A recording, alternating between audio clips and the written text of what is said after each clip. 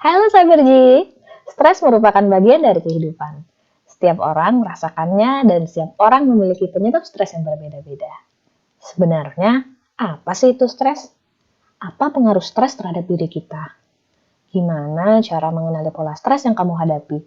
Buat kamu yang baru di channel ini, jangan lupa untuk klik tombol subscribe supaya kamu tidak ketinggalan info-info penting seputar kesehatan fisik, mental, dan spiritual. Tanpa berlama-lama, yuk kita bahas apa itu stres.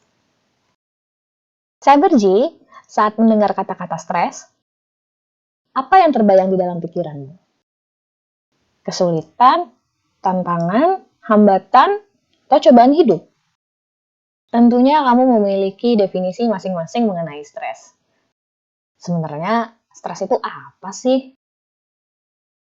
Istilah stres pertama kali diperkenalkan oleh ilmu kesehatan pada tahun 1926 oleh seorang dokter bernama Dr. Hans Selye. Saat menjadi seorang mahasiswa kedokteran di Universitas of Prague, Dr. Selye menyadari bahwa orang-orang yang menderita berbagai macam penyakit fisik, semuanya tampak memiliki gejala yang sama, yakni hilangnya nafsu makan, berkurangnya massa otot, meningkatnya tekanan darah, dan berkurangnya hasrat untuk melakukan kegiatan yang biasanya disukainya.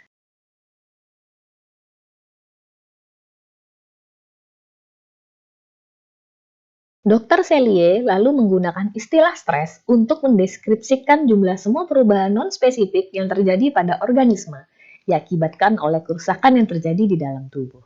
Pada tahun 1986, melalui Dr. Paul J. Ross, yang merupakan seorang rekan sejawat Dr. Selye, mengemukakan bahwa Dr. Selye secara umum mendefinisikan stres sebagai strain concept, yakni konsep mengenai tuntutan yang berlebihan terhadap daya tahan maupun kemampuan individu. Nah, jadi, menurut aliran Selye, secara sederhananya, stres mengacu kepada reaksi individu terhadap beban atau tuntutan yang mendesak individu tersebut untuk mengeluarkan ekstra kemampuan dirinya dan daya tahannya untuk beradaptasi dengan beban atau tuntutan tersebut.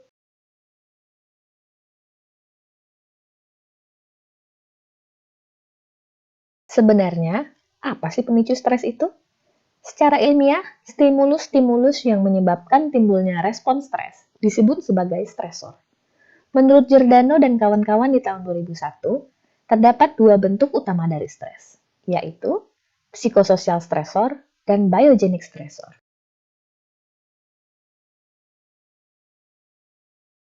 Psikososial stresor ini berupa situasi kehidupan yang menciptakan tekanan yang intens pada diri manusia, sehingga menimbulkan gangguan psikologis dan fisik.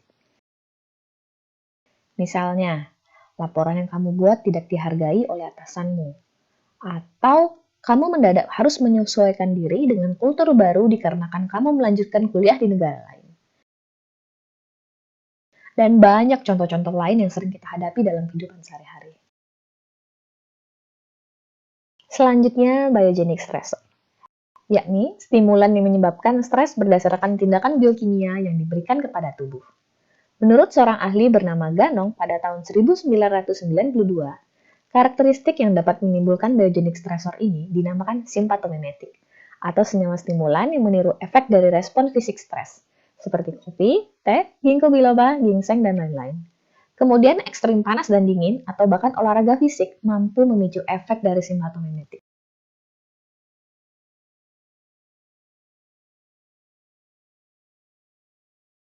Nah, ini menjawabkan kalau misalnya saya berji suka heran kalau setelah ngopi di Starbucks kok tiba-tiba suka deg-degan dan sulit tidur. Mungkin saya berji cukup sensitif dengan efek simpatomimetik dari kopi. Ada beberapa individu yang sudah minum kopi 2 gelas namun tidak apa-apa. Hal ini dikarenakan respon tubuh setiap manusia berbeda-beda. Fun fact, Bu Biji salah satu penggemar teh hijau loh. Kadang kalau Biji minum teh hijau lebih dari 1 gelas dalam sehari, biasanya malamnya insomnia. Kalau menurut Ubiji sih, kuncinya kenalin kemampuan tubuh kita dan masing-masing. Jadi kita bisa tahu dosis tepat untuk diri kita masing-masing. Nah, saya berji, Ubiji tadi udah jelaskan kan, kalau stres terbagi menjadi dua, psikososial dan biogenik. Terus yang jadi pertanyaan, apa sih pengaruh kedua jenis stres ini terhadap kita? Ternyata, jika stres tersebut tidak ditanggulangi, maka ini dapat memberi pengaruh pada psikologis dan fisik kita. Mulai dari rambut rontok, gangguan pencernaan, gangguan pernafasan, pusing, migrain, permasalahan pada jantung, tekanan darah tinggi, permasalahan kulit, gangguan tidur, kecemasan, depresi, sulit konsentrasi, gangguan imun, gangguan mood, kecanduan judi, makan berlebihan, kecanduan berbelanja, dan masih banyak lainnya. Cyberji, dampak dari stres berkepanjangan yang tadi sudah UBJ jelaskan bisa ditanggulangi. Salah satunya dengan cara mengenali penyebab atau bagaimana hal-hal tersebut dapat memicu stresmu. Menurut Sonia Lupian, dengan mengenali stres yang ada pada diri kita, maka kita dapat lebih fokus untuk mengendalikannya. Sonia Lupian membagi 4 karakteristik yang dapat memicu respon stres. 4 karakteristik tersebut adalah NUTS. NUTS sendiri adalah akronim dari N, novelty, situasi yang menurutmu baru. U, unpredictability. Kamu berhadapan dengan situasi yang tidak diharapkan atau sulit kamu prediksi. T, threat to your ego. Situasi tersebut menjadi ancaman untuk harga dirimu. S, sense of low control. Kamu merasa bahwa kamu tidak bisa mengendalikan situasi yang terjadi. Nah, Cyberji, ini adalah contoh tabel yang OBG buat untuk membantu kalian. Bukan hanya untuk mendeteksi penyebab stres kalian, tapi juga untuk membantu kalian lebih aware dalam menjalankan plan B. Anggap aja ini adalah situasi-situasi yang OBG alami, yang menciptakan stres atau tekanan pada diri OBG. Di sini kalian bisa perhatikan bahwa ada tabel NUTS yang dicentang-centang sesuai dengan analisa yang kalian alami dan rasakan. Di sini kalian tidak harus mencentang 2 saja, bisa saja hanya 1 atau sampai 4 karakter NUTS. Pada tabel hal yang kamu lakukan saat ini dan apakah berhasil akan membantumu untuk lebih aware bahwa tindakan yang kamu lakukan saat ini ternyata tidak berhasil mengurangi tekanan akibat stres yang kamu alami. Di tabel plan B, kamu bisa isi dengan solusi yang menurutmu cukup tepat untuk mengatasi permasalahanmu. Dan ini merupakan hal yang berbeda dengan yang kamu lakukan saat ini. Atau bisa juga hal yang sama, namun kamu beri sedikit perubahan. Nah, dari tabel ini, dapat kita lihat bahwa huruf S cukup mendominasi dari semua peristiwa-peristiwa psikososial yang kamu alami saat ini. Dan ini berarti kamu cukup rentan dengan stres di saat kamu merasa bahwa kejadian tersebut di luar kemampuanmu untuk mengendalikannya.